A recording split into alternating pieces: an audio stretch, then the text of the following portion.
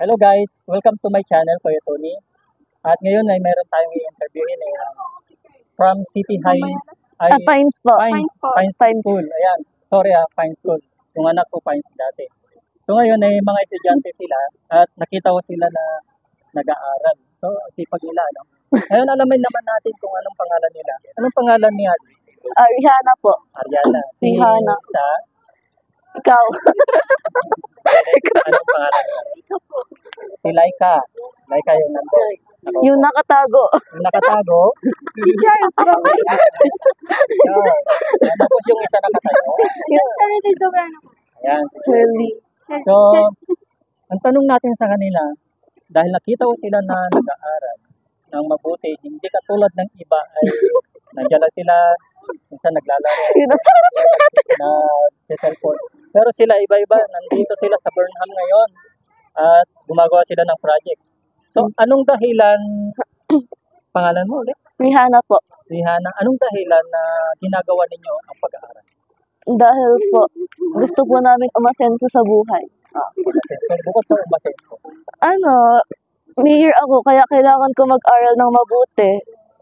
Tapos kailangan ko i-keep yung pagka-top 1 ko. Ayos. Anong may medal, may kwento ba? May Certificate. certificate, wow. Ay, grabe, certificate for first honor. Yes.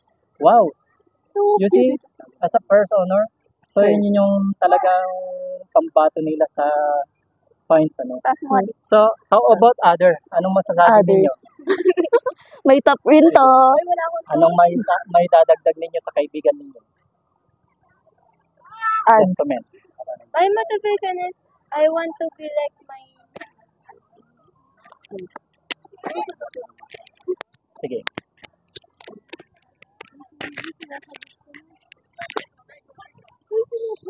My motivation is that I want to be just like my aunt na nagtrabaho muna before she even get into a romantic relationship. And now she has a daughter.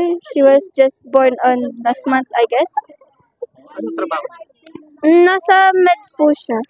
Medtech. Medtech, ano ba? Basta po nagtratrabaho po siya sa... Opo. Pero di ko po alam kung ano yung position niya doon.